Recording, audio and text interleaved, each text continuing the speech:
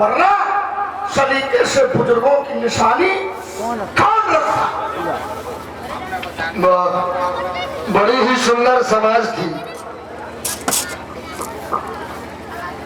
लंका के राजा रावण का आगमन हुआ, कोलाहल शुरू हो गया। अब देखिए, कुछ समय के लिए आप लोग धैर्यता से बैठे, क्योंकि ये गदिष्ट भोजन है, सबको पचता नहीं है। केवल सुनने वाले ही सुनेंगे, बाकी जिनको जाना है बड़ी प्रेम से चले जाएं, उससे हमें कोई तकलीफ नहीं है। लेकिन जितने हैं बहुत अच्छे हैं। लंका के राजा रावण आए, समाज में कुछ खलबली मच गई, लेकिन भयभीत होने की आवश्यकता नहीं, अभी हम जिंदा हैं। चलकर मिलना चाहिए इनसे। कह रहे हैं वो तो हम थे जो गिरते हुए दीवारों को संभाले रहे। अच्छा, रावण दीवारों को संभालता है कि गिराता है? भाई रावण का काम क्या है? बिगाड़ना। जय विधि होए धर्म निर्मूला, सो सब करिए वेद प्रचूला। मतलब बिगाड़ने वाला बनाने की बात कर रहा है। और सिद्धांत कहता है कि नमन नीच कहती दुख। यदि कोई दुष्ट व्यक्ति हो, यदि कोई दुष्ट व्यक्ति हो और आपको प्रणाम करे, जो रोज गालियां देता रहा, और कभी प्रणाम कर ले तो जान ले कि आज कोई ना कोई विशेष बात है, इसमें आपका हित नहीं है, वो प्रणाम कर रहा है। चलकर मिलना चाहिए। खैर, कंचन नगरी सम्राट वेदाध्यायी कुलभूषण, जय जय भगवान शंकर की। पलटने पर सुमन सोई अपराधीश बलिपुत्रबाण, जय श्री महाकाल की। आपका आना हृदय से स्वीकार है, लेकिन आपके द्वारा यहाँ पर एक घोषणा कर दी गई जो हमें नहीं अच्छी लगी, और हमें क्या शायद किसी को न अच्छी लगी हो। क्योंकि जहाँ पर एक कन्या का विवाह हो रहा हो, चारों तरफ खुशहालियां हो। अच्छा, जिसके घर में पुत्री का विवाह होता है तो खुशी मनाई जाती है कि नहीं मनाई जाती? खुशी मनाई जाती है। जहाँ पर चारों तरफ खुशहालियां हो और लोग देखकर डरने लगे, भयभीत होने लगे, ये अच्छी बात नहीं है। आपके द्वारा कहा गया कि इनके द्वारा हमेशा संसार का कल्याण हुआ है। जब त्रिपुराधीशों का आतंक अपनी चरम सीमा पर था, तब कोई नहीं दिखाई दिया, तब ये दिखाई दिया। बिल्कुल सत्य है भाई। ये धनुष जो निर्मित है महाराज दधीच की हड्डियों से निर्मित है। और महाराज दधीच कौन है? एक संत है। संत का जीवन क्या होता है? परहित। संतों का जीवन है जो वो परहित है, और जो परहित करता है उसके लिए वेद क्या कहते हैं कि परहित लाग तजे जो देही, तो संतत संत प्रशंसय तेही। इन्होंने पहले भी पर स्वार्थ किया। जब त्रिपुराधीशों का अत्याचार इस विश्व में फैला था, तो अपने शरीर को गाय से चकवा कर हड्डियों से यह धनुष निर्मित करवाया, जिससे त्रिपुराधीशों का वध हुआ, संसार का कल्याण हुआ। और आज भी परहित होने जा रहा है, परहित। अच्छा, कन्या का विवाह, इससे बड़ा धर्म नहीं हो सकता।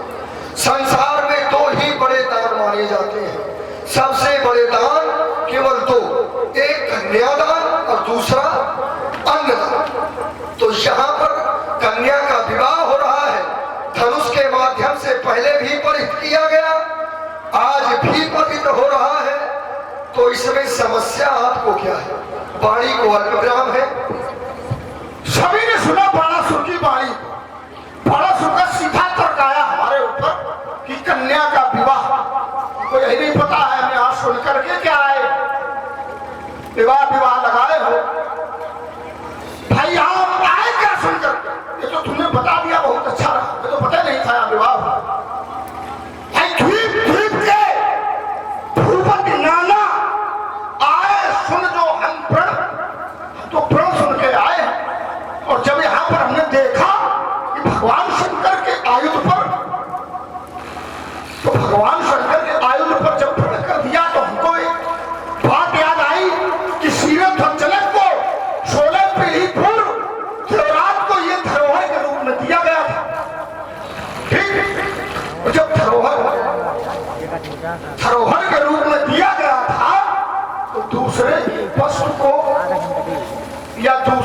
बस को दांव पर लगा देना, ये कहाँ का ले आया? ये दिया किस लिए गया था, ये विचार करो। ये दिया गया था पूजा के लिए, अर्चना के लिए, वंदना के लिए, और वही 16 पीढ़ी पूर्व तक हुआ। हाँ नहीं हुआ, इसमें तो जनक नहीं कर रहा, वो एक विषय अलग हुआ। अब 16 पीढ़ी पूर्व वही हुआ, और सीरत तो जनक क्या कर रहा है? सोई पुराण को दंड कठोरा, राज समाज आज से तोड़ा। ये हमें थोड़ा अनुचित लगा। अब एक बात और आपने कही, सो सब करे वेद पद कूड़ा, कर नहीं रहे हैं ना, हमसे कराया जा रहा है। अरे छाती में दम होना चाहिए बोलने के लिए। रावण से ज्यादा छाती में दम तो किसी में नहीं, ये भी तो पता होना चाहिए। सीरत आपने कहा कि शोषण करे भेद प्रतिकूला ना, थोड़ा विचार करो।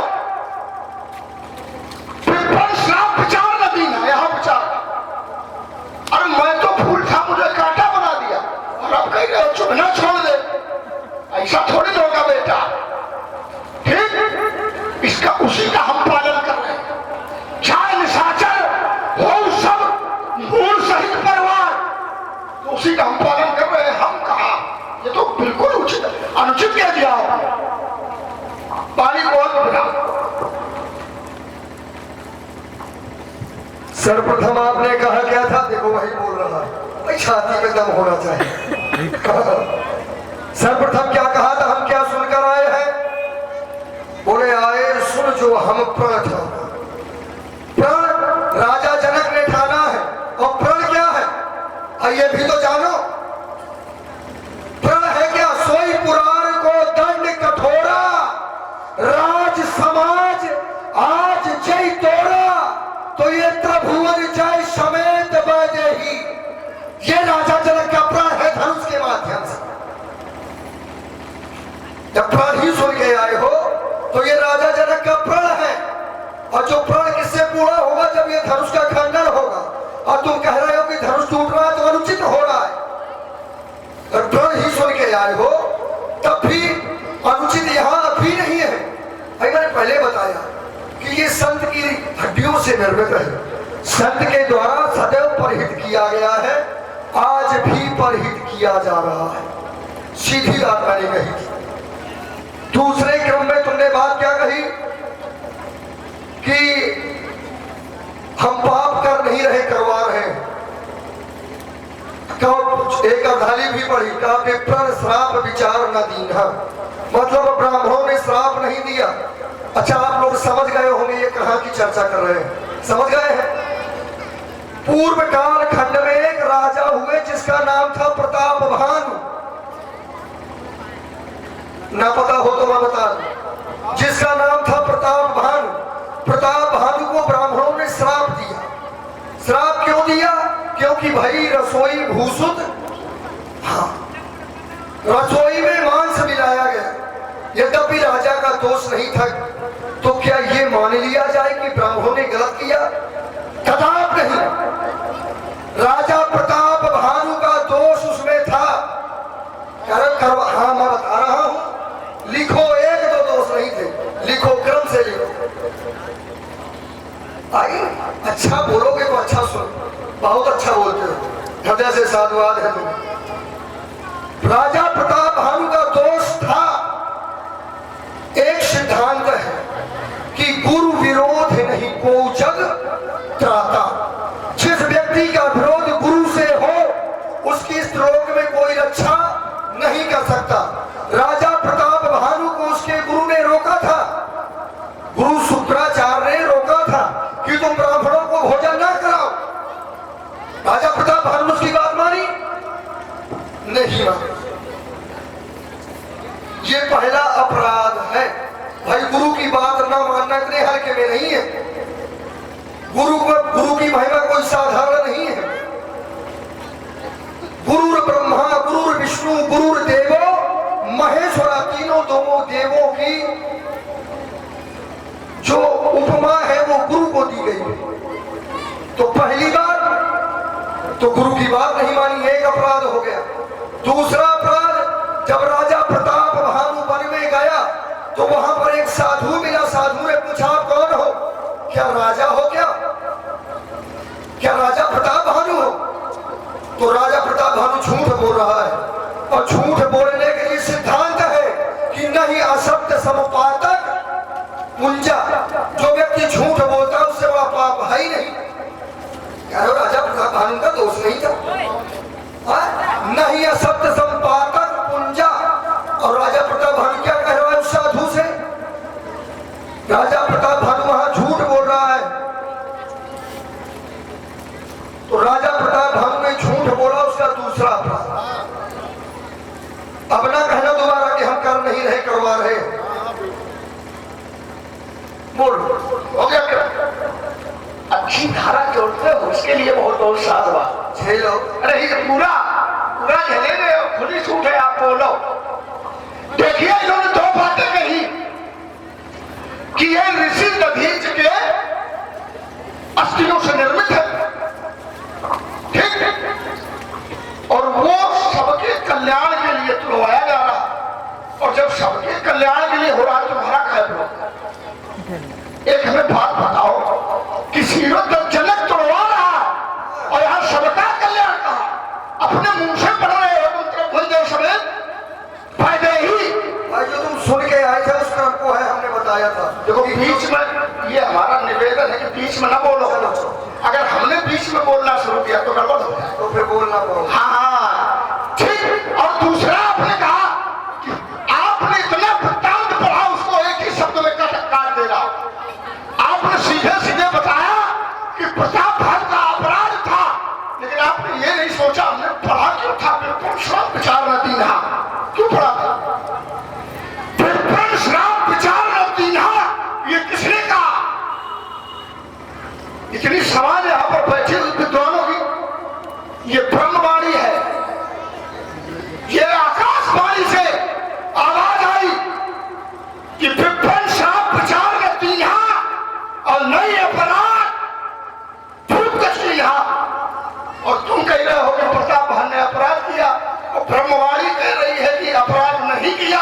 अब समाज के लोग ये बतावे कि हम इनकी माने कि ब्रह्मवाणी की माने। और आपने एक बात और पढ़ी